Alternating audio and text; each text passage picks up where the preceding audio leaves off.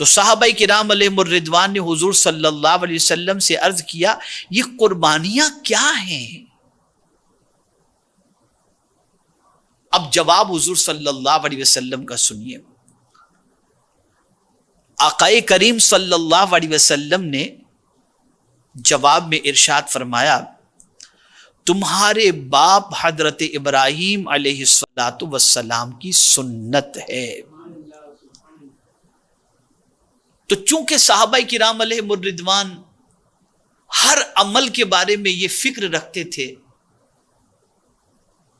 کہ جو بھی کام کیا جائے اس کے ثواب کے بارے میں تو جانیں، اس کی غرض و غایت تو جانیں، فائدے کے بارے میں تو جانیں، تاکہ مزید دل جمعی کے ساتھ ثواب کی زیادتی پر اس عمل کو کرنے کی کوشش کریں. تو پھر صحابہ کرام علیہم الرضوان نے عرض کیا یا رسول اللہ صلی اللہ علیہ وسلم ہمارے لیے اس میں کیا ہے؟ یعنی یہ قربانی کرنے میں ہمارا فائدہ کیا ہے ہمارے لیے؟ تو پیغمبر رحمت صلی اللہ علیہ وسلم نے فرمایا ہر بال کے برابر نیکی ہے. صحابہ نے عرض کیا یا رسول اللہ صلی اللہ علیہ وسلم بھیڑ کے بال؟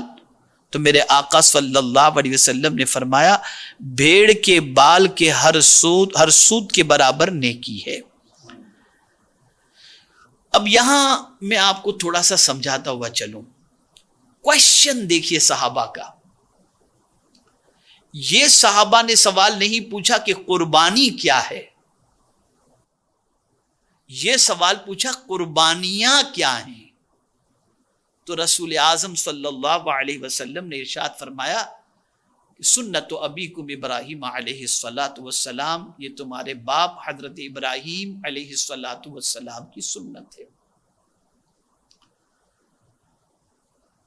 اس لیے کہ حضرت ابراہیم علیہ السلام کی ذات بابرکت کا اگر ان کی حیات طیبہ کا اگر مطالعہ کیا جائے تو ان کی پوری زندگی قربانی سے بھری ہوئی ہے. کوئی ایسی قربانی نہیں جو حضرت ابراہیم علیہ السلام نے نہ دی ہو. وطن کی قربانی، جان کی قربانی، مال کی قربانی، اولاد کی قربانی، خواہش کی قربانی، ارمانوں کی قربانی، ہر قسم کی قربانی حضرت ابراہیم علی نبینا علیہ السلام نے اللہ کی بارگاہ میں پیش کی. میرے پیارے آقا صلی اللہ تعالی علیہ وسلم کے پیارے دیوانوں، اور حضرت ابراہیم علیہ السلام کی سب سے عظیم قربانی جس کو پروردگار جل جلالہ نے بطور یادگار ہمیشہ کے لیے اس امت کے اوپر صاحب استطاعت پر واجب فرما دی گئی، جانتے ہیں وہ قربانی کون سی ہے؟ یہی جو جانور کو ذبح کیا جاتا ہے. اب پیغمبر رحمت صلی اللہ تعالی علیہ وسلم نے اس کی فضیلت کتنی بیان فرمائی ہے اور اس کے بارے میں کتنا لوگوں کو ابھارا ہے. لیکن بڑی معذرت کے ساتھ میں عرض کرتا ہوں کہ فلسفہ قربانی کو تھوڑا سا سمجھنے کی بجائے مسلمانوں کی پوزیشن یہ ہے کہ یہ تو آج تک کہا جاتا رہا رہ گئی رسم اذان روح بلالی نہ رہی. تو یہ صرف اذان کی بات نہیں ہے کہ اذان کے اندر ہی روح بلالی نہیں موجود، بلکہ ہر عمل کی روح نکل چکی ہے. قربانی کی بھی روح نکل گئی، نماز کی روح نکل گئی. ہم نے سمجھا ہی نہیں کہ روح نماز کیا ہے، ہم نے سمجھا ہی نہیں کہ روح قربانی کیا ہے، ہم نے سمجھا ہی نہیں روح روزہ کیا ہے، ہم نے سمجھا ہی نہیں کہ روح حج کیا ہے. ہماری رسائی روح تک ہے ہی نہیں. ہم بالکل مادی فکر کے قائل بن کر کے صرف جسم کو پالنے میں لگے ہیں اور جسم کی خواہش کی تکمیل کے اندر لگے ہوئے ہیں. اسی لیے ہم قربانی جب کرتے ہیں تو ہمیں فکر یہی ہوتی ہے کہ کون سے حصے کا گوشت کس طریقے سے کھایا جائے، کہاں کیا دیا جائے، کہاں کیا یہی فکر ستاتی رہتی ہے اور اسی کی طرف ہماری توجہ رہتی ہے، چونکہ ہم نے فلسفہ قربانی کو سمجھنے کی کوشش نہیں کی. ہم نے اپنی توجہ کو پیغمبر رحمت صلی اللہ علیہ وسلم اور حضرت ابراہیم علیہ السلام کی فکر کی طرف مبذول کرنے کی کوشش نہیں کی، اس لیے شکم سیری کے شوق نے اور لذت کام و دہن نے ہمیں اسی طرف رکھا کہ ہم بس اسی کی فکر رکھتے ہیں، کلیجی کھائیں گے اور گردہ کھائیں گے اور بکرا کھائیں گے اور یہ کھائیں گے، اس کا سموسہ بنائیں گے اور اس کے کباب بنائیں گے، بس یہی فکر رہ گئی، اس کے علاوہ نتھنگ۔ اب آئیے میں آپ کو تھوڑا سا سمجھاؤں تاکہ آپ قربانی کی اصل کو سمجھ سکیں اور مقصد کو۔ یہ سنت تو ابیکم فرمایا گیا، حضرت ابراہیم علیہ السلام کی سنت۔ میرے پیارے آقا صلی اللہ تعالی علیہ وسلم کے پیارے دیوانوں، ہر وہ چیز، توجہ چاہوں گا خاص طور پر، ہر وہ چیز جو انسان کو محبوب ہوتی ہے، حضرت ابراہیم علیہ السلام نے ہر محبوب چیز کو اپنے رب کے نام پہ قربان کر دیا ہے۔ یہ ہے قربانی۔ جان انسان کو محبوب ہوتی ہے، قربان کرنے کے لیے تیار۔ مال انسان کو محبوب ہوتا ہے، قربان کرنے کے لیے تیار۔ بیوی انسان کو محبوب ہوتی ہے، بے آب و گیا وادی کے اندر چھوڑنے کے لیے تیار۔ بیٹا باپ کو پیارا ہوتا ہے، اسے راہ خدا میں قربان کرنے کے لیے تیار۔ اور دنیا کو یہ درس دے دیا، اے دنیا کے ماننے والو، میرے کریم نے اگر مجھے تاج خلیلی عطا فرمایا ہے تو میرے مولا کی توفیق سے میں اس سے اتنی محبت کرتا ہوں کہ ہر محبوب چیز کو اس کے نام پر قربان کرنے کے لیے تیار ہوں۔ تو میرے مولا نے یہ جو جذبہ صادقہ مجھے عطا فرمایا ہے، اس کی وجہ سے میرے کریم نے مجھے تاج خلیلی عطا فرما دیا۔ ہمارا حال یہ ہے کہ ہم دعوی محبت الہی تو کرتے ہیں، جان قربان کرنا تو بہت دور کی بات، مال قربان کرنا تو بہت دور کی بات، وطن قربان کرنا تو بہت دور کی بات، ہم اپنی خواہش بھی قربان کرنے کے لیے تیار نہیں، اور ہم دعویٰ کرتے ہیں محبت الہی کا۔ میرے پیارے آقا صلی اللہ علیہ وسلم کے پیارے دیوانوں، اب آپ دیکھیں یہ قربانی کا پورا معاملہ جو ہے اس کو تھوڑا سا سمجھنے کی کوشش کریں۔ 8 تاریخ کو حضرت ابراہیم علیہ السلام نے خواب دیکھا۔ کیا خواب دیکھا؟ کہ کوئی کہنے والا کہہ رہا ہے کہ اپنے بیٹے کو اللہ کے نام پہ ذبح کرو۔ تو حضرت ابراہیم علیہ السلام سوچ میں پڑ گئے۔ اسی لیے 8ویں تاریخ کو 8 ذی الحجہ کو یوم ترویہ کہتے ہیں، سوچ کا دن۔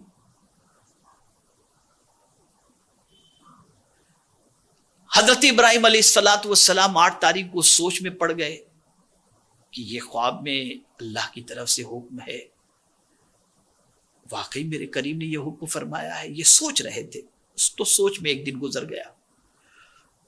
دوسرے دن پھر خواب آیا اور وہی حکم، تو آپ پہچان گئے کہ یہ رب کا ہی حکم ہے۔ اسی لیے اس دن کو یوم عرفہ کہتے ہیں، پہچاننے کا دن۔ پھر 10 تاریخ کو جب آپ نے خواب دیکھا تو پھر آپ نے عزم مصمم کر لیا کہ اب اپنے بیٹے کو اللہ کے نام پر ذبح کرنا ہے۔ اسی لیے اسے یوم النحر کہتے ہیں، قربانی کا دن کہتے ہیں، اسی لیے قربانی کا دن کہتے ہیں۔ قرآن نے اس کو مینشن کیا، انی ارا فی المنام انی اذبحک فانظر ماذا تری۔ میرے پیارے آقا صلی اللہ علیہ وسلم کے پیارے دیوانوں، مفسرین فرماتے ہیں کہ جب حضرت ابراہیم علیہ السلام اپنے بیٹے کو خواب بیان کرتے ہیں اور بیٹے کو ذبح کے لیے تیار کرتے ہیں، تو اس وقت حضرت اسماعیل علیہ السلام کی عمر 9 سال کی تھی، کم و بیش۔ فلما بلغ معه السعی، یعنی اس عمر کو پہنچ چکے تھے حضرت اسماعیل علیہ السلام، جس میں باپ کا دست و بازو بن کے ساتھ دے سکیں، دوڑ دھوپ کر سکیں، یہ عمر کو پہنچ چکے تھے۔ میرے پیارے آقا صلی اللہ تعالی علیہ وسلم کے پیارے دیوانوں، اب حضرت اسماعیل علیہ السلام کو انہوں نے خواب سنایا، تو بیٹے کی عظمت پر قربان جائیے، کہ بیٹا یہ نہیں کہتا کہ ابا خواب ہے، آپ کیسی بات کر رہے ہو، اللہ تعالیٰ نے آپ کو اس عمر کے اندر مجھ جیسا بیٹا عطا فرمایا اور آپ مجھے ذبح کرنے کی بات کر رہے ہو، آپ باپ ہیں یا کون، کیسی بات کر رہے ہیں؟ نہیں، نور نبوت حضرت اسماعیل کی پیشانی میں منتقل ہونا ہے۔ اس لیے حضرت اسماعیل علیہ السلام کو پروردگار جل جلالہ نے وہ مقام و مرتبہ عطا فرمایا تھا کہ حضرت اسماعیل علیہ السلام اپنے والد سے کسی قسم کے احتجاج کی بجائے، شکوے کی بجائے، شکایت کی بجائے جو کچھ انہوں نے کہا، قرآن کہتا ہے کہ حضرت اسماعیل علیہ السلام نے عرض کیا، قال یا ابت فعل ما تؤمر ستجدنی انشاء اللہ من الصابرین۔ اب یہاں انداز دیکھیے، باپ تو خواب کی بات کر رہے ہیں کہ میں نے خواب میں دیکھا، اور حضرت اسماعیل علیہ السلام اللہ کے خلیل کو عرض کر رہے ہیں، یا ابت فعل ما تؤمر، اے ابا جو حکم آپ کو دیا گیا۔ گویا نبی بھی جانتے، حضرت اسماعیل بچپن میں جانتے ہیں کہ خلیل کا خواب، نبی کا خواب خواب نہیں ہوتا، حکم خداوندی ہوا کرتا ہے۔ اس لیے عرض کیا کہ ما تؤمر، جس کا آپ کو حکم دیا گیا ابا وہ کر گزریے، مجھے شکوہ کرنے والا نہیں، اللہ نے اگر چاہا تو آپ مجھے صبر کرنے والا پائیں گے۔ اب یہاں میں آج دلائل الخیرات شریف پڑھ رہا تھا، تو اسی میں دلائل الخیرات شریف کے آج کے جو ہے وہ دن کے اختتام پر میں نے ایک بزرگ کا قول پڑھا، بڑی پیاری بات اس میں موجود تھی۔ اس میں ایک بزرگ کا قول یہ تھا، کسی نے ان سے پوچھا، غالباً حضرت سری سختی رحمت اللہ تعالی علیہ سے کسی نے سوال پوچھا کہ حضرت صبر جمیل کیا ہے؟ صبر جمیل کیا ہے؟ تو حضرت سری سختی رحمت اللہ تعالی علیہ نے جواب میں ارشاد فرمایا کہ اپنی زبان کو شکایت سے روک دینا، شکوے سے روک دینا، یہ در حقیقت صبر جمیل ہے۔ کوئی شکایت نہیں، کوئی پوچھے کیسے ہو، الحمدللہ، چاہے 1000 تکلیف ہو لیکن زبان پر الحمدللہ ہو۔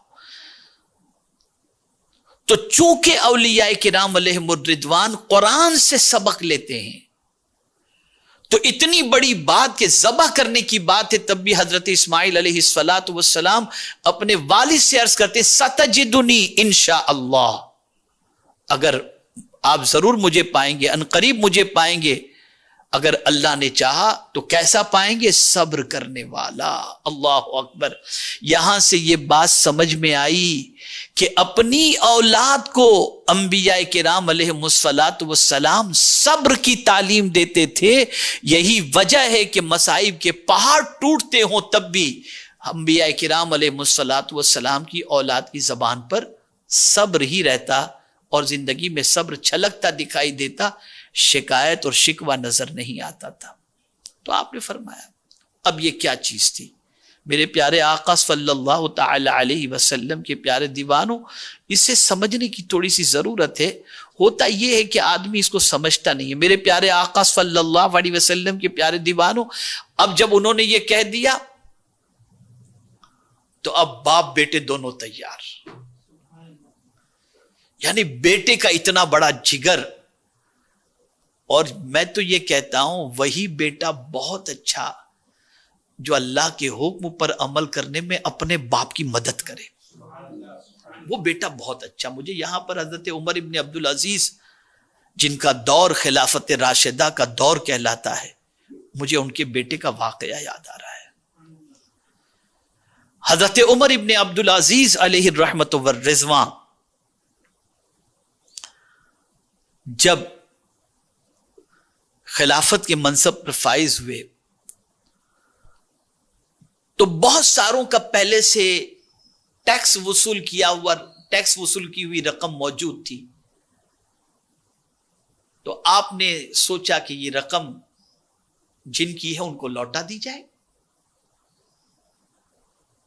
تو آپ نے اپنے بیٹے سے، چونکہ بہت عابد و زاہد تھے ان کے صاحبزادے حضرت عمر ابن عبدالعزیز رضی اللہ تعالیٰ عنہ، بہت عابد و زاہد تھے اور بہت چھوٹی سی عمر میں انتقال بھی کر گئے، غالباً 18 سال کی عمر میں انتقال کر گئے. تو حضرت عمر ابن عبدالعزیز نے اپنی مجلس مشاورت کے سامنے یہ بات رکھی، بیٹا بھی بیٹھا ہوا تھا، کہ میں سوچتا ہوں جن کا مال ہے ان کو جو ہے عصر کے بعد سب کا مال سب کو لوٹا دیا جائے. اور یہ بات انہوں نے فرمائی ظہر سے پہلے، تاکہ ظہر کے بعد قیلولہ کر لیں اور عصر کے بعد تقسیم کر دیں. بیٹے نے جب یہ سنا کہ ابا یہ فرما رہے ہیں کہ عصر کے بعد مال تقسیم کر دیں گے اور ظہر کے بعد ابا قیلولہ فرمائیں گے، تو فوراً بیٹے نے ٹوکا اپنے باپ کو. ادباً عرض کرتے ہیں اپنے ابا سے، حضور کیا آپ یہ ضمانت دے سکتے ہیں کہ عصر تک زندہ رہیں گے؟ بس اتنا سننا تھا. حضرت عمر ابن عبدالعزیز رضی اللہ تعالیٰ عنہ نے فرمایا اللہ تیرے جیسا بیٹا سب کو عطا فرمائے. اور پھر آپ نے اعلان فرما دیا، لوگ آئے اور رقم لے کر کے چلے گئے. تو یہ تربیت تھی، اور وہ بہت اچھا بیٹا ہے جو اپنے باپ کو دین کے سلسلے میں مدد کرتا ہے، تعاون کرتا ہے. تو اب جب انہوں نے اپنی خواہش کا اظہار کر دیا کہ آپ مجھے صبر کرنے والا پائیں گے، لیکن قربان جائیے ہر نیکی قدرت کی طرف سے، کبھی اپنا کمال نہ سمجھیں. حضرت اسماعیل علیہ السلام اتنا بھی کہہ سکتے تھے ستجدنی من الصابرین، ان قریب آپ مجھے صبر کرنے والا پائیں گے، صابروں میں سے پائیں گے. لیکن انشاءاللہ کہہ کر کے انہوں نے کہہ دیا کہ دیکھو ہم اگر کچھ چاہیں تو نہیں کر سکتے، لیکن اگر اللہ چاہے تو سب کچھ ہو سکتا ہے. اور جتنی بھی نیکیوں کی توفیق ہے اس میں اپنا کوئی کمال نہیں، وہ سب من جانب اللہ ہے. ما اصابک من حسنۃ فمن اللہ وما اصابک من سیئۃ فمن نفسک. تو حضرت اسماعیل علیہ السلام نے اس طریقے سے اظہار کر دیا کہ ابا جان اگر اللہ نے چاہا تو انشاءاللہ آپ مجھے صابرین میں سے پائیں گے اور شکوہ شکایت کرنے والا نہیں پائیں گے. پھر کیا ہوا؟ فلما اسلما وتلہ للجبین.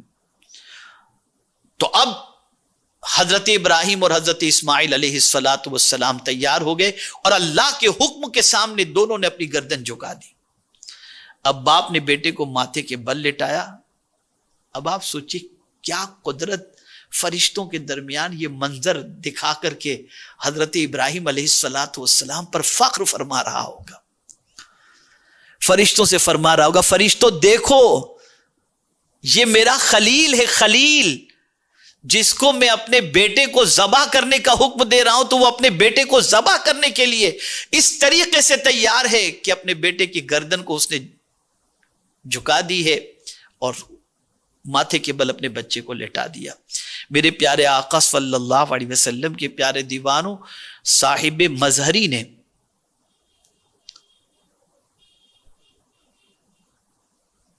اس واقعے کے حوالے سے لکھا ہے کہ یہ واقعہ مینا میں صخرہ کے پاس ہوا جب ابراہیم علیہ السلام نے حضرت اسماعیل علیہ السلام کو لٹا دیا. اب جب حضرت اسماعیل علیہ السلام کو لٹا دیا تو حضرت اسماعیل علیہ السلام نے کیا عرض کیا؟ صاحب تفسیر مظہری نے، قاضی ثناء اللہ پانی پتی رحمت اللہ تعالی علیہ نے فلما اسلما وتلہ للجبین، اس کی تفسیر کے اندر لکھا ہے کہ حضرت اسماعیل علیہ السلام نے اپنے ابا سے عرض کیا ابا آنکھ پہ پٹی باندھ لینا، مجھے کس کے باندھ دو رسی سے. آپ ذرا سوچو تو صحیح، کتنا فرما بردار بیٹا، اور رب کے نام پر قربان ہونے کے لیے کتنا جو ہے جذبہ ایثار کے جذبے کے ساتھ اس بیٹے کی عظمت پر قربان جائیے جو صبر کا پیکر بن کر اپنی جان بارگاہ سمدیت میں پیش کرنے کے لیے تیار ہے، اور کہہ رہا ہے کہ اپنی آنکھوں پہ پٹی باندھ لینا، اور کہہ رہا ہے اپنے باپ کو کہ رسی سے میرے ہاتھ پیر کو باندھ دینا. اب ذرا سوچو، اللہ اکبر. میرے پیارے آقا صلی اللہ علیہ وسلم کے پیارے دیوانوں، حضرت ابراہیم علیہ السلام بھی تیار.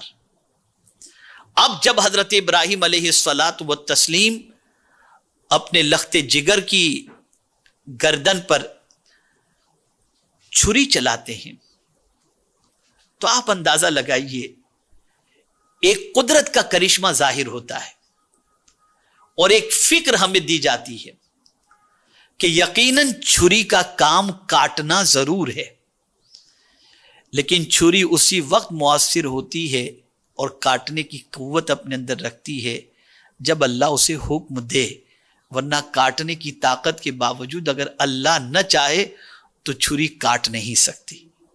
ایسے ہی آگ کا کام جلانا ہے، لیکن مولا اگر نہ چاہے تو آگ بھی باغ کے اندر تبدیل ہو جائے، اس لیے کہ یہ سب کچھ اللہ کے دست قدرت میں ہے، اور مولا جس کے لیے جو حکم فرما دے تاثیر بھی بدل جاتی ہے، اور پروردگار جل جلالہ جو ہے جو حکم فرماتا ہے اس کے وہ تابع ہیں۔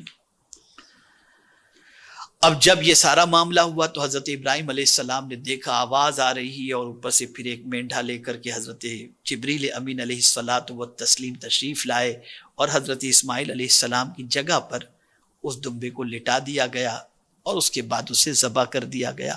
اب قدرت نے جو کہا اور ارشاد فرمایا اسے سمجھیں۔ اللہ ارشاد فرماتا ہے وَنَادَيْنَاهُ أَن يَا إِبْرَاهِيمُ، اور ہم نے اسے ندا فرمائی کہ اے ابراہیم قد صدقت الرؤیا، بے شک تو نے خواب سچ کر دکھایا، انا کذالک نجزی المحسنین، ہم ایسا ہی صلہ دیتے ہیں نیکوں کو۔ بہت سمجھنے کی بات ہے، یہ ایک تقدیر کے مسئلے پر اور فیصلے الہی پر راضی رہنے کے مسئلے کو یہ آیہ کریمہ اجاگر کر رہی ہے، اور یہ حضرت ابراہیم علیہ السلام کے واقعے سے یہ بات ہمیں سمجھ میں آ رہی ہے۔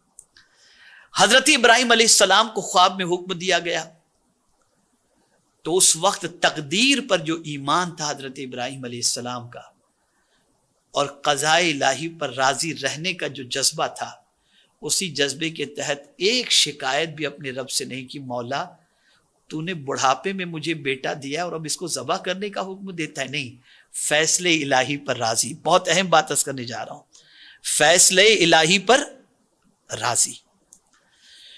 پھر پروردگار جل جلالہ کی راہ کے اندر وہ ذبح کرنے کے لیے تیار بھی ہو گئے، حکم آیا اور اس پر تیار ہیں، اور یہ بھی اللہ کی رضا پر راضی رہتے ہوئے یہ عمل کر رہے ہیں، تو مولا نے بتا دیا میرے فیصلے پر راضی رہنے والے بندے میں کبھی تجھے محروم نہیں کر سکتا۔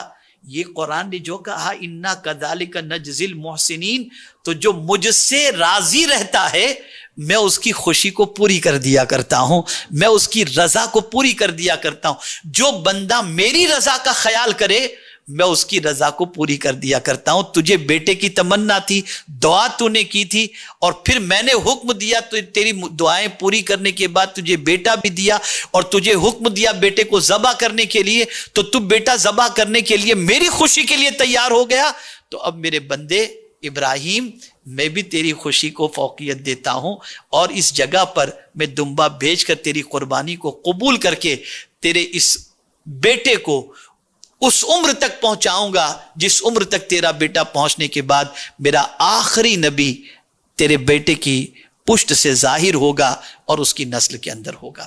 تو یہاں یہ بات جو سمجھ میں آ رہی ہے کہ فیصلے الہی پر، یعنی فیصلے الہی سے مراد یہ، اس کو آپ سمجھیں تھوڑا سا، کہ اللہ عز و جل نے بہت ساری چیزوں کا ہمیں حکم دیا جو نفس پر ہمیں گراں گزرتا ہے، اور ہم یہ سمجھتے ہیں کہ اس پر ہم عمل کریں گے تو یار ایسا ہوگا ویسا ہوگا، لیکن ہم یہ سوچ لیں کہ نہیں، مولا کا حکم ہے نا، اسی کا فیصلہ ہے نا، ہم اس پر راضی ہیں۔ تو اب اگر ہم اس پر راضی رہتے ہیں تو پھر یہی آیت ہمیں تسلی دیتی ہے، انا کذالک نجزی المحسنین، پھر یہ تسلی دیتی ہے۔ تو میرے پیارے آقا صلی اللہ تعالی علیہ وسلم کے پیارے دیوانوں، حضرت ابراہیم علیہ الصلاۃ والتسلیم نے اس طریقے سے اپنے بیٹے کی قربانی کے لیے آمادگی فرمائی، اور اللہ کی بارگاہ کے اندر انہوں نے یہ نذرانہ پیش کیا۔ اب یہ کیا چیز تھی تو اس کو قرآن نے اجاگر کیا، ان ھذا لہو البلاء المبین، بے شک یہ روشن جانچ تھی، روشن فرمایا گیا، بے شک یہ روشن جانچ تھی، یعنی دنیا کو دکھانا تھا کہ جسے میں نے خلیل بنایا ہے، ذرا اس کو امتحان کی وادیوں سے گزار رہا ہوں، ذرا دیکھو کیا اس کے جیسی بڑی قربانی بھی کوئی دینے والا ہے، یہ میری روشن جانچ ہے تاکہ دنیا کے سامنے میرے خلیل کی عظمت اجاگر ہو جائے. اسی لیے قرآن نے مبین فرما کر روشن جانچ بتایا. اور پروردگار جل جلالہ کی بارگاہ میں ہم ہمیشہ عرض کرتے ہیں ایاک نعبد و ایاک نستعین، ہم تیری ہی عبادت کرتے ہیں، تجھی سے مدد مانگتے ہیں. یہ دعویٰ محض دعویٰ نہیں، اللہ کی بارگاہ میں حضرت ابراہیم علیہ السلام نے پروف کر دیا کہ مولا ہم تیری ہی عبادت کرتے ہیں اور تجھی سے مدد مانگتے ہیں. یعنی تو نے ہماری جانچ کا یہ اہتمام کیا ہے، ہم تیری جانچ میں انشاءاللہ العظیم پورے اتریں گے. میرے پیارے آقا صلی اللہ تعالی علیہ وسلم کے پیارے دیوانوں، اب قربانی کے حوالے سے رسول اعظم صلی اللہ علیہ وسلم کے ارشادات کو سماعت فرمایا اور اس کی عظمت کو. اب یہاں یہ بات ذہن میں رہے کہ جس طرح سے میں نے ابتدا میں عرض کیا تھا کہ اب صرف ایسا نہیں کہ رہ گئی رسم ازاں روح بلالی نہ رہی. یہ رسم ازاں والی بات نہیں ہے، اب سب کچھ رسم قربانی، سب کو رسم ہی رہ گئی، کسی کے اندر روح نہیں رہی. نماز بھی رسم ہو گئی، حج بھی رسم، زکوٰۃ بھی رسم، الا ماشاء اللہ. اور کسی کے اندر اگر آپ روح تلاش کرنے جائیں تو روح نہیں ملے گی. اب قربانی کی روح کیا ہے؟ اور ذرا اس روح کو ہم اپنی زندگی میں قربانی کے وقت تلاش کریں تو قرآن نے اس کو مینشن کیا، لن ینال اللہ لحومها ولا دماؤها ولکن ینالہ التقوی منکم. یہ گوشت نہیں پہنچتا اللہ کی بارگاہ میں، یہ خون نہیں پہنچتا اللہ کی بارگاہ میں، تقوی پہنچتا. اور تقوی کی جگہ دل ہے. آقا کریم صلی اللہ علیہ وسلم نے فرمایا التقوی ہا ہونا. اب یہاں اس کو تھوڑا سا مینشن کر دوں، سمجھا دوں. یہ تقوی جو ہے نا، یہ تین چیزوں سے حاصل ہوتا ہے. تقوی کے حصول کے تین ذرائع. پہلا ذریعہ ہے ڈر کے ذریعے تقوی حاصل ہوتا ہے کہ بندہ جو ہے عذاب سے ڈرے، اللہ کی پکڑ سے ڈرے اور متقی بن جائے. اس کو آپ ڈرائیے کہ اللہ عز و جل تم یہ گناہ کا کام کرو گے تو اللہ تمہیں عذاب میں گرفتار فرما دے گا. جتنے بھی اس کے عذاب ہے اس کا تذکرہ کیجئے تو اس کے اندر تقوی کسی حد تک پیدا ہوگا. یہ کسی حد تک تقوی کے ایک درجے کے اندر ہے، لیکن اعلیٰ درجے پر یہ تقوی نہیں ہے. دوسرا تقوی ہے امید پر، کہ بندہ اللہ عز و جل سے امید رکھے کہ میں اللہ سے ڈروں گا تو پروردگار جل جلالہ جو ہے مجھے جنت عطا فرمائے گا، مجھے نعمتیں عطا فرمائے گا. یہ بھی آدمی اس وجہ سے بھی اللہ سے ڈرتا ہے کہ میں ڈروں گا تو اللہ تعالیٰ مجھے جنت عطا فرمائے گا. تو امید پر بھی، تو تقوی کا دوسرا درجہ امید. اب تیسرا جو درجہ یہ سب سے اعلیٰ درجہ ہے اور وہ درجہ ہے محبت، کہ بندہ اللہ سے صرف اس لیے ڈرتا ہے کہ میں اپنے رب سے محبت کرتا ہوں، وہ مجھ سے ناراض نہ ہو جائے. یہ اعلیٰ درجے کا تقوی، کہ میں اپنے رب سے محبت کرتا ہوں، میرا رب مجھ سے محبت کرتا ہے تو کہیں وہ ناراض نہ ہو جائے، اس وجہ سے وہ اللہ سے ڈرتا ہے. یہ اعلیٰ درجے کا تقوی ہے. اور میرے پیارے آقا صلی اللہ علیہ وسلم کے پیارے دیوانوں، حضرت خلیل نے یہی واضح کیا کہ میں یہ جو قربانی دے رہا ہوں یہ میرے رب کی محبت میں دے رہا ہوں، کہ میں اپنے رب سے اتنی محبت کرتا ہوں کہ جان مانگے تو جان دے دوں، مال مانگے تو مال دے دوں، اولاد مانگے تو اولاد دے دوں، بس میرا مولا مجھ سے راضی رہے اور میرے مولا کے حکم پر میں عمل پیرا ہو جاؤں. اب اسی لیے قرآن کا لن ینال اللہ لحوم، ہرگز تاکید کے ساتھ، تاکید، لن تاکید کے لیے آیا کہ گوشت نہیں پہنچتا، تقوی پہنچتا. یعنی تم نے قربانی کس لیے کی ہے؟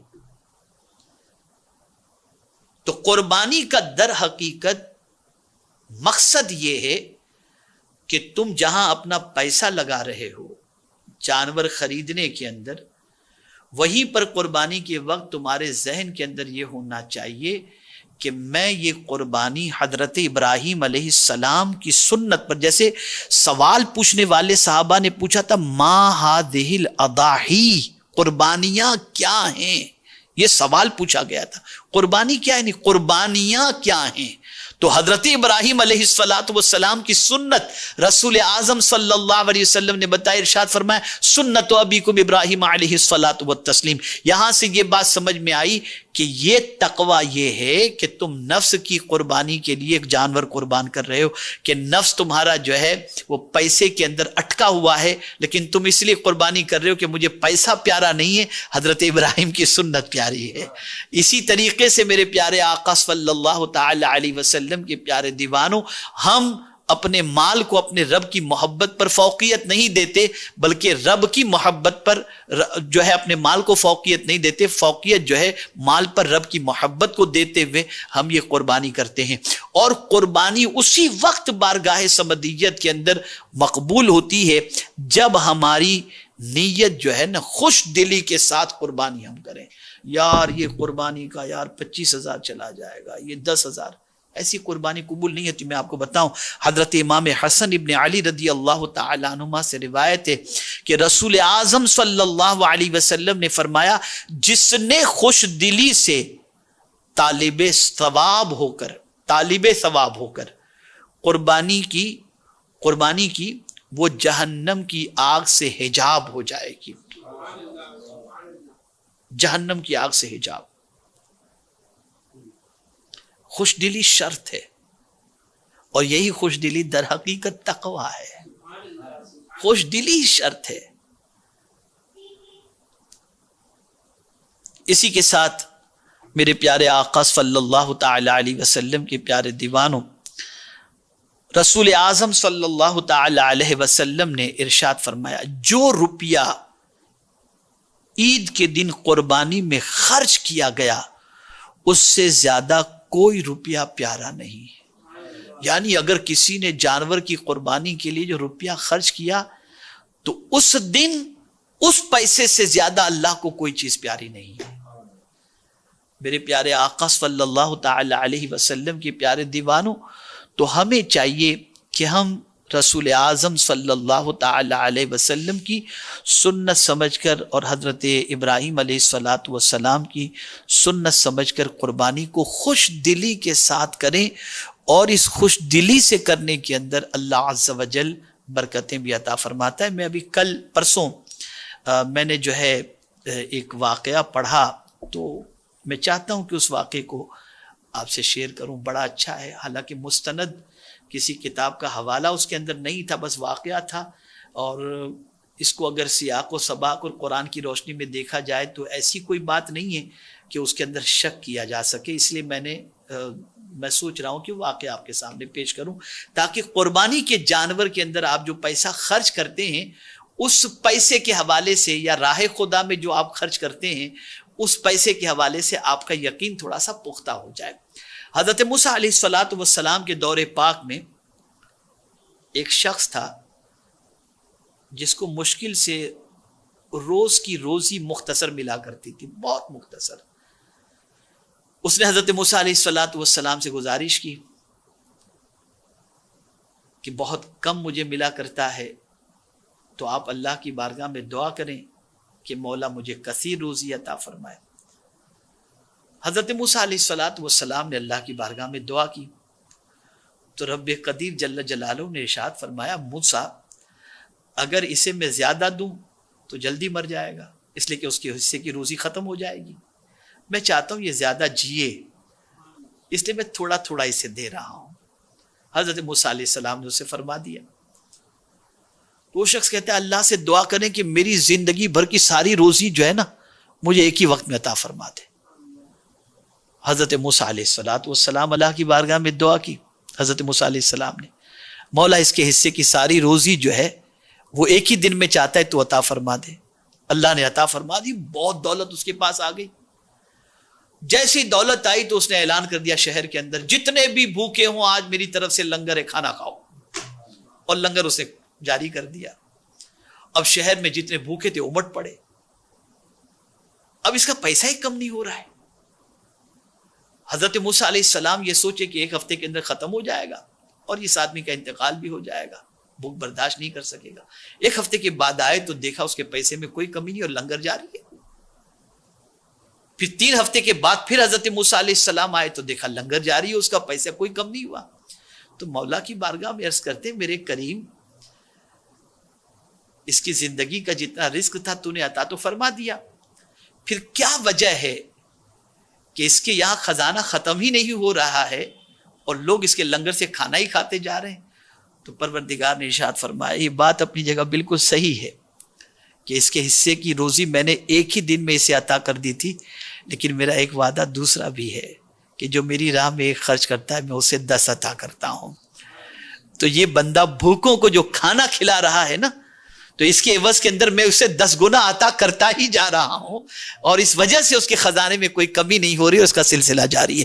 تو اسی طریقے سے ہم اگر فربا جانور، اچھا جانور اللہ کی رضا کے لیے خرید کر اس میں پیسہ خرچ کرتے ہیں، یہ نہ سمجھے کہ کم ہوگا، بلکہ یقیناً یقیناً یقیناً یقیناً میرا مولا اس کا 10 گنا عطا فرمائے گا. شرط یہ ہے کہ گوشت کھانے کی نیت سے قربانی نہیں، سنت ابراہیم سمجھ کر کے قربانی کریں، اور تقوی اللہ کی بارگاہ میں پہنچتا ہے، اس نیت سے انشاءاللہ قربانی کریں گے تو اللہ تعالیٰ اس کی برکتیں ضرور عطا فرمائے گا. اور قربانی کے جانور کے ذبح کرتے وقت آپ جانتے ہیں کہ جب یہ پڑھا جاتا ہے انی وجہت وجہی للذی فطر السماوات والارض حنیفا وما انا من المشرکین، تو ہم توجہ تو کہتے ہیں کہ ہم نے منہ اپنا اللہ کی طرف کر دیا، لیکن ہمارا منہ اللہ کی طرف ہوتا ہے یا نہیں ہوتا، یہ ایک اللہ الگ چیز ہے. ہم تو ہمارا حال تو یہ کہ ہم لفظ تو اپنی زبان سے ادا کر لیتے، معنویت کی طرف ہماری توجہ نہیں ہوتی. میں یقین کے ساتھ کہتا ہوں در حقیقت قربانی ہمیں یہ تصور دے رہی ہے کہ تمہارا توکل تمہاری اولاد پر بھی نہیں ہونا چاہیے، اس لیے کہ حضرت ابراہیم علیہ السلام کا وہ بیش 100 سال کے تھے، اس وقت پروردگار نے حضرت اسماعیل علیہ السلام ان کے گھر میں عطا فرمایا اور ان کے یہاں ولادت ہوئی. لیکن ظاہر سی بات ہے کہ ضعیفی کے اندر ایک باپ کو اپنے بیٹے سے امیدیں وابستہ ہو جاتی ہیں کہ میرا بیٹا میرا بڑھاپے کا سہارا بنے گا، میری مدد کرے گا، میرا خیال کرے گا، مجھے سپورٹ کرے گا. لیکن حضرت ابراہیم علیہ السلام کو پروردگار نے اپنے بیٹے کو ذبح کرنے کا حکم دے کر بتا دیا، اور وہ بھی تیار ہو کر کے بتا دیے بھلے ضعیفی کے اندر مجھے اللہ نے یہ بیٹا عطا فرمایا، لیکن مجھے میرے بیٹے پر بھروسہ نہیں، آج بھی میرے رب پر مجھے بھروسہ ہے. تو یہ ایک عظیم پیغام حضرت ابراہیم کی سیرت طیبہ سے ہمیں نصیب ہوتا ہے. اور اسی طریقے سے حضرت اسماعیل علیہ السلام کا یہ کہنا ستجدنی انشاء اللہ من الصابرین، ستجدنی من الصابرین نہیں فرمایا کہ ان قریب آپ مجھے پائیں گے صبر کرنے والوں میں سے، انشاءاللہ لگا کر کے انہوں نے یہ بتا دیا کہ میں اگر چاہوں کوئی بھلائی کا کام کرنا نہیں ہو سکتا جب تک کہ میرا مولا نہ چاہے. اسی کو قرآن نے دوسری جگہ پر فرمایا ما اصابک من حسنۃ فمن اللہ وما اصابک من سیئۃ فمن نفسک. تو ہمیں کوئی بھی چیز بھلائی کا کوئی بھی کام ہمیں پہنچے یا ہمیں توفیق ملے تو یہی سمجھنا چاہیے کہ یہ اللہ کی طرف سے ہے، اس کے کرم سے ہے. اسی لیے الحمدللہ الذی ہدانا للاسلام، یہ ساری دعائیں موجود ہیں، یہ سارے. اور حضرت ابراہیم علیہ السلام کو پروردگار نے جب حضرت اسماعیل کی شکل میں بیٹا عطا فرمایا تو اب دیکھیے وہ قضاء الہی پر راضی ہونے کا فائدہ کیا ہوا، حضرت اسماعیل کے بعد پروردگار نے حضرت اسحاق بھی عطا فرما دیا کہ میرے بندے تو ایک بیٹے پر میری رضا کے لیے ایک بیٹے کو قربان کرنے کے لیے تیار ہے، آج تجھے دوسرا بیٹا بھی میں عطا کر دیتا ہوں. تو حضرت اسحاق بھی عطا فرمایا. راضی برضا ہونے پر اللہ عز و جل اس طریقے سے عطا فرماتا ہے. تو ہمیں قربانی اللہ کی رضا کے لیے کرنی ہے، اس کی خوشنودی کے لیے کرنی ہے. اور ذبح کرتے وقت جب جانور کو ذبح کرتے ہوں تو یہ تصور ہونا چاہیے ہم اپنے نفس کو اپنی خواہش کو اپنے ارمانوں کو اللہ عز و جل کی رضا کے لیے قربان کر رہے ہیں. اور رسول اعظم صلی اللہ علیہ وسلم کی اس حدیث پر ہم اپنی خواہش کو ڈھالنے کی کوشش کرتے ہیں کہ آقا کریم صلی اللہ علیہ وسلم نے ارشاد فرمایا لا یؤمن احدکم حتی یکون ہواہ تبعا لما جئت بہ او کما قال رسول اللہ صلی اللہ علیہ وسلم. تم میں کا کوئی شخص اس وقت تک کامل مومن نہیں ہو سکتا جب تک کہ اپنی خواہش کو بھی اس چیز کے تابع نہ کرے جو میں لے کر کے آیا ہوں. اور رسول اعظم صلی اللہ علیہ وسلم جو دین لے کر کے آئے ہم اپنی خواہش کو بھی اس کے تابع کریں. تو قربانی کا مقصد در حقیقت اللہ کا قرب. یہ قربان جو ہے نا یہ عربی لفظ ہے اور یہ قرب سے بنا ہے. اور قربانی بھی در حقیقت اللہ کے قرب کا بہترین ذریعہ ہے۔ اب پھر مجھے ایک بات یاد آ گئی، ایک فکری اصلاح میں کر دوں۔ پوری دنیا اس وقت جو ہے نا مغربی سوچ کی غلام بن چکی ہے، یہاں تک کہ بسا اوقات تو ایسا ہوتا ہے۔ ابھی میری انگلینڈ 2-4 روز پہلے بات ہوئی ایک ساتھی سے، تو انہوں نے کہا کہ حضرت حلیہ تو اسلامی بن چکا ہے لیکن سوچ مغربی ہی ہے بہت ساروں کی۔ تو واقعی یہ بات صحیح ہے۔ اب میں آپ کو تھوڑا سا فرق سمجھا دوں، بس اسے ہمیشہ کے لیے یاد رکھنا۔ مغربی سوچ کیا ہے اور مدنی سوچ کیا ہے، اس کو تھوڑا سمجھ لیں۔ مغربی سوچ یہ ہے خود غرضی، سیلفش، یہ مغربی سوچ ہے، اپنی فکر کرو۔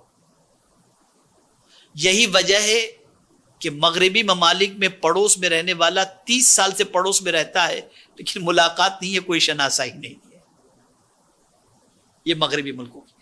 اور مدنی سوچ، اسلامی سوچ کیا ہے؟ سیکریفائس۔ مغربی سوچ سیلفش، اسلامی سوچ سیکریفائس۔ یہاں تک کہ رسول اعظم صلی اللہ علیہ وسلم نے فرمایا اپنے گھر میں جب تم سالن بناؤ تو شوربہ تھوڑا زیادہ کر دو اور پڑوسی کو جا کر کے دے دو۔ قربانی۔ تو اسلام ہمیں قربانی کا درس دیتا ہے، کہیں خواہش کی قربانی، نفس کی قربانی، ارمانوں کی قربانی، بہت ساری قربانیاں۔ اسلام قربانی ہی سے پھیلا ہے۔ جب تک کہ یہ قربانی کا جذبہ ہمارے اندر نہیں ہوگا ہم کامیاب نہیں ہو سکتے۔ تو حضرت ابراہیم علیہ الصلاۃ والسلام کی سنت، یہ جو قربانی ہے، یہ در حقیقت ایک قربانی کا درس نہیں دیتی بلکہ آپ کی پوری حیات طیبہ قربانی کے لیے ہمارے لیے نمونہ عمل ہے کہ آپ نے ہر قسم کی قربانی دی۔ جان کی قربانی کے لیے تیار تھے، آپ نے وطن کی قربانی دی، بیوی کی قربانی دی، بچے کی قربانی دی، ہر قسم کی قربانی آپ کی زندگی سے وابستہ ہے۔ تو میرے پیارے آقا صلی اللہ علیہ وسلم کے پیارے دیوانوں، ہمیں چاہیے کہ اللہ کی راہ کے اندر جب جانور ذبح کریں تو ہماری نیت بھی یہی ہونی چاہیے کہ ہم بھی یہ جانور صرف ذبح نہیں کر رہے بلکہ اللہ عز و جل اور اس کے رسول صلی اللہ علیہ وسلم کی خوشی کی خاطر ہر اس چیز کو قربان کرنے کے لیے تیار ہیں کہ جو گناہ ہیں اور اللہ عز و جل کو ناپسند ہیں اور ہماری خواہش کے اندر داخل ہیں۔ ہم آج سے وہی کام کرنے کی کوشش کریں گے جو اللہ کو بھی پسند اور اللہ کے رسول صلی اللہ علیہ وسلم کو بھی پسند۔ خوش دلی سے قربانی کریں۔ اللہ تعالی حضرت السلام اور رسول گرامی وقار صلی اللہ علیہ وسلم کے صدقہ و طفیل اور ان کی قربانیوں کے صدقہ و طفیل سارے مومنین کی قربانی کو قبول فرمائے۔